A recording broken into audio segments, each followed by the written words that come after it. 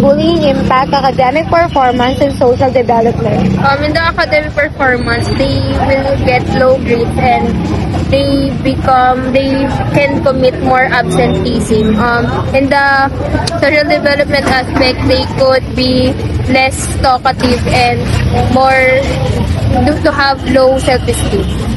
Can self-defense training empower victims of bullying? If so, how? What? Can you repeat it again? Can self-defense training empower victims of bullying? If so, how? Yes, in terms of they will get the self-confidence to protect themselves. What are the benefits of incorporating self-defense techniques into anti-bullying programs? What? Can you repeat it? What are the benefits of incorporating self-defense techniques into anti-bullying programs? It could benefit in terms of students or people in general could have more knowledge about self-defense and how to use it. How can self-defense training build confidence and self-esteem in individuals? It could build confidence and self-esteem to individual in terms of they know how to protect themselves and they will know the certain ways or techniques in self-defense. Thank you. Bullying sa isipan ng mga tao sa matagal na panahon. Noong unang panahon, hindi masyadong binibigyan ng pansin ang bullying o ang tinatawag na pangkakaya sa isang tao. Mapa ito man ay bata o matanda, babae o lalaki. Ang epekto nito, noong unang panahon hindi uso yan ngayon na lamang. Pero ang bullying ay isang malaking problema na pwedeng makaapekto sa pagkatao ng isang tao. Maaaring ito'y makasira ng kumpiyansa ng sarili.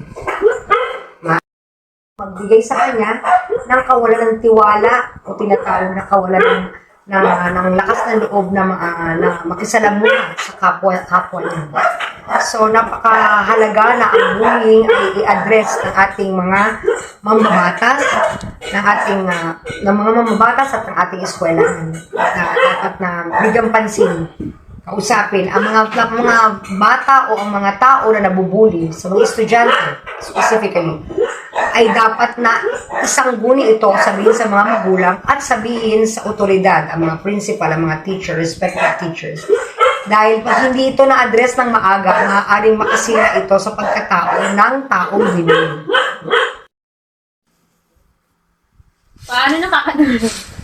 Paano nakakatulong ang pagkasanay sa self-defense sa pagpapalakas ng kumpiyansa at pagpapalagan sa sarili? Napakalawak pag sinabi mong self-defense. Maraming klase ng self-defense. Ano ba yung unang self-defense? Ang pag-aaral ng karate o tinatawag na jiu-jitsu o pag-aaral ng paghawak ng mga ng balisong o ng baril. Lahat ng ito dapat ang sinasaalang-alang ng isang taong gustong matuto ng self-defense ay yung unang karate. Paano mapapagtanggol ang sarili mo? Ito ay dapat alam nating lahat, mapababae o lalaki. Dapat alam na ang pagsasanay ng self-defense ay isang napakahalagang kaalaman upang maprotektahan natin ang ating sarili sa mga nakaambang panganib. Kung tayo ay mapaaway, kung tayo ay umuuwi sa gabi, kaya natin ipagtanggol ang ating sarili at hindi tayo kailangan na gumamit na ibang bagay upang self-defense mismo ang magbibigay sa atin ng kumpiyansa rin. Pero mag-ingat tayo, hindi natin to dapat gamitin sa pagyayabang. Self-defense ay pagprotekta mo lamang iyon sa sarili mo sa mga nakaambang panganib. Pero hindi mo dapat gamitin ito sa pananakit ng kapwa mo. Nakakatulong ito magbigay ng kumpiyansa sa sarili. Bakit?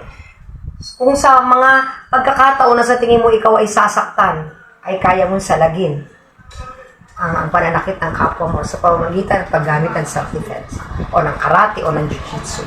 Pag marunong kang humawak naman ng mga gamit katulad ng panaksak o punyal o baril, ay mas makakatulong din. Pero sa ating mas malawak na kaisipan, dapat ang lahat ng tao ay marunong mapabata o matanda, babae o lalaki. Papel ng mga tao nakakita sa bullying sa pagpigil at pagsasa iba. What role does bystander... Kagalugi mo. Ano ang papel ng mga tao nakakakita sa bullying sa pagpigil at pagsalba sa biktima? Tinatawag ito na witness. Napakalaking role ng mga taong nakakakita kung meron taong binubuli. Una sa lahat, sila makapagbibigay ng tamang impormasyon. Tamang impormasyon upang masabi kung sino ang nanguna, sinong naunang mambuli. Pero itong mga taong nakapaligid na ito, ang mga witness na tinatawag, ay maaaring sila ay hindi magsabi ng totoo kung may pananakot na gagawin ang tao na gumawa ng bullying na yun. Pero itong mga witness na ito, sila ang nagbibigay daan at nagbibigay patotoo o nagpapatotoo sa mga pagkakamaling ito ng isang taong ng bully.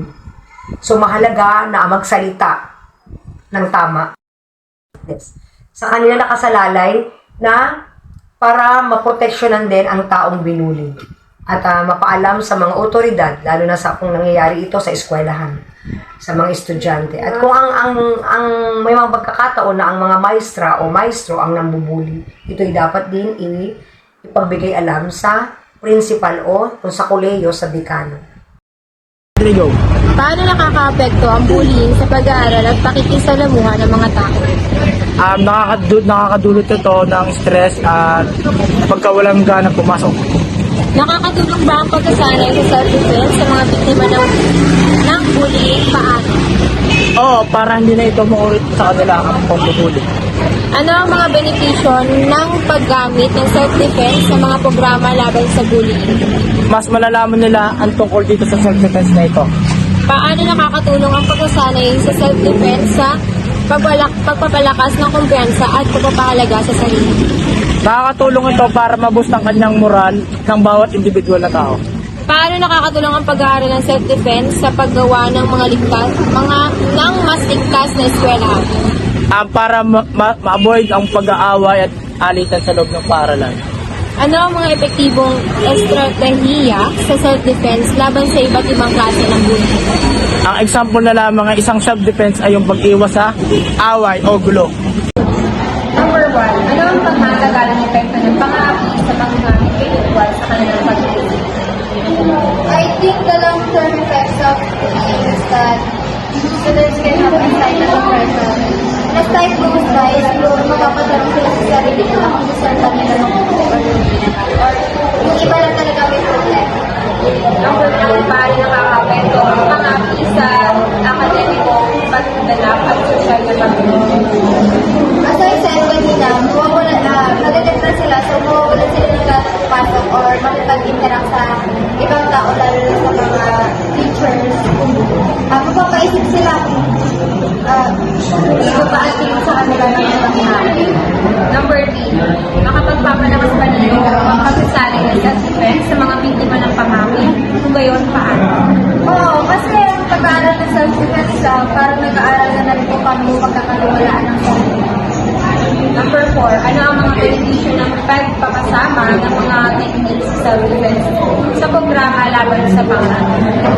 Ang benefits ng self-defense ay alam natin kung ano yung pinakauna natin gagawin upang may pagtawa natin ang sarili na laban sa mga tao. Number 5, paano nakakatulong ang pagsanay sa self-defense sa pagpapalakas ng tiwala sa sarili at pagpapalaga sa sarili ng mga individuals? Tulad niya mo kanina, magkakaroon tayo ng tiwala sa sarili natin at mas lalakas pa yung loob natin sa araw-araw na pag-interact natin sa ibang tao. Pang-anim, ano ang papel ng mga taong nakakita ng mga api sa pagpigil sa pagtutol at pagtutol? Karamihan kasi ngayon, parang wala na lang pakailan ng ibang tao or kung iba nga natin sa life. Pero as much as possible, kailangan natin pagsabi sa otoridad or masabi tayo sa mas nakakatanda sa atin para masolusyonan na lang yung problema. Ang 7, paano nakakatulong ang edukasyon sa self-defense sa paglikha ng mas ligtas na kapaligiran sa atin? Ayun nga, siguro yung paggawa ng program, yung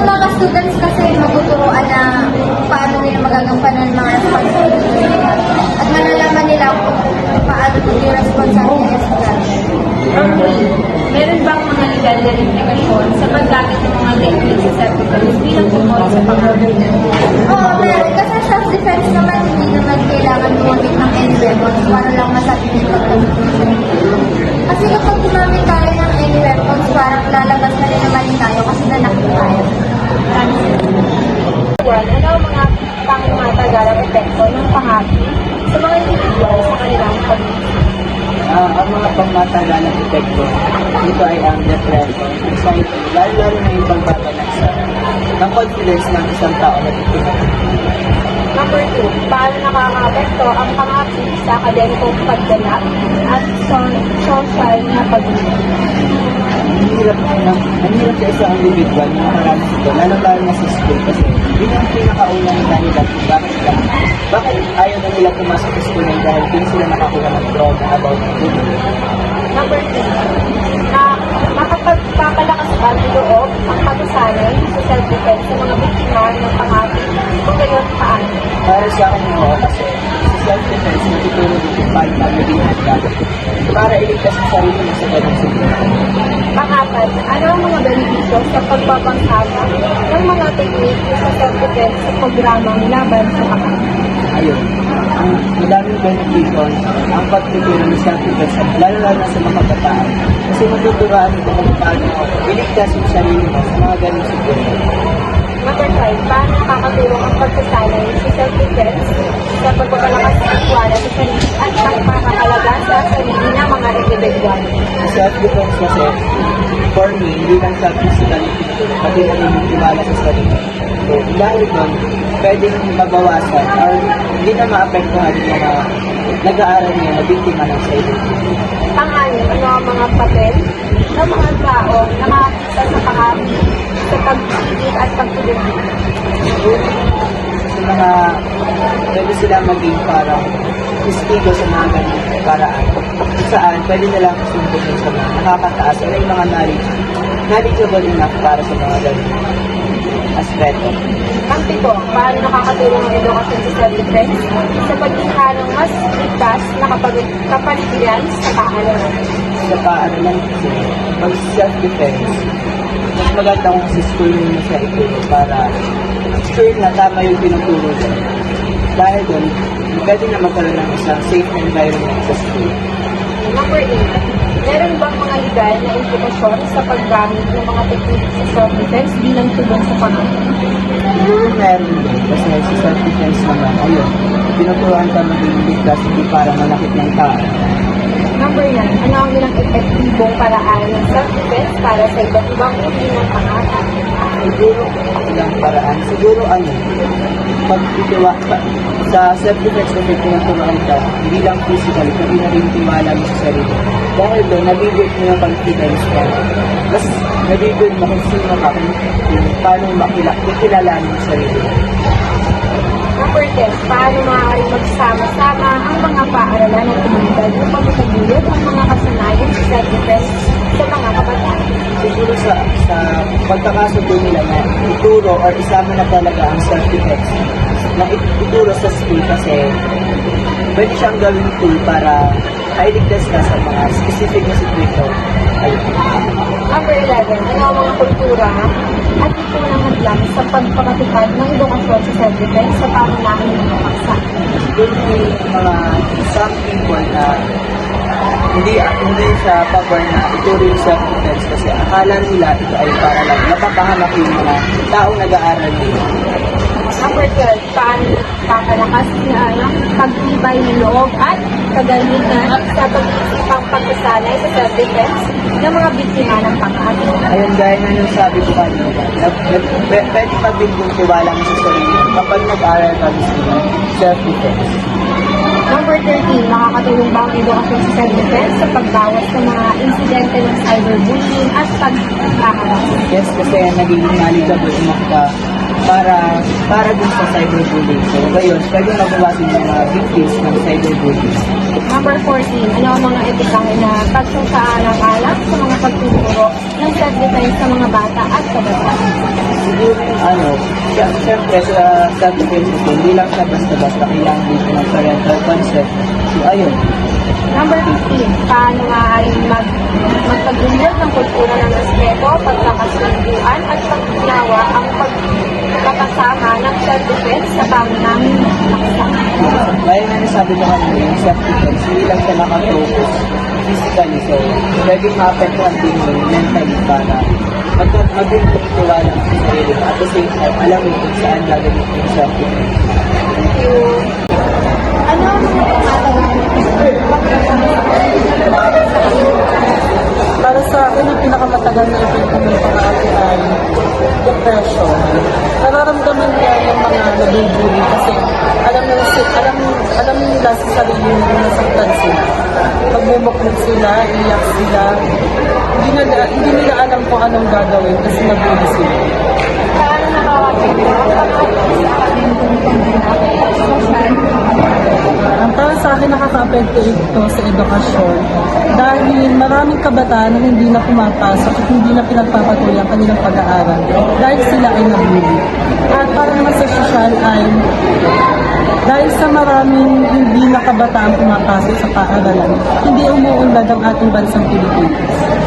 makakapagpalakas ba ng loob ang pagkasanay sa self-defense sa mga biktima ng pangakit? Ako, para sa akin, oo. Kasi alam ko na sa sarili ko na may tamang paraan ng pag-self at pag-defense mo para sa sarili mo. Lalo na pag sa pagligtasan mo. Ano ang mga etikal na pagsasaalang-alang sa pagtulong sa self-defense sa mga bata at kabataan? Para sa akin, mahalaga ang pagkakaroon ng kaalaman sa self-defense dahil ito yung makakaligtas sa buhay mo, lalo na sa panganib ka. Pero hindi naman sa lahat ng pagkakataon may liligtas mo ang sarili mo. Pero nailalaban mo ang sarili mo at may liligtas mo. paano maaaring magpagulod ng kultura ng respeto, pagkakasunduan at pag-unawa ang pagpapasama ng self-defense sa pangunahing napaksa. Sa pamamagitan pagpapasama at pagtuturo ng mga kasanayan sa self-defense para may pakita ng mga estudyante ang kahalagaan ng pagrespeto sa sarili at iba. Ang pagpapahalaga sa pagkakasunduan at pag-unawa at mga kahalagahan na ipagtanggol ng sarili mo sa iba.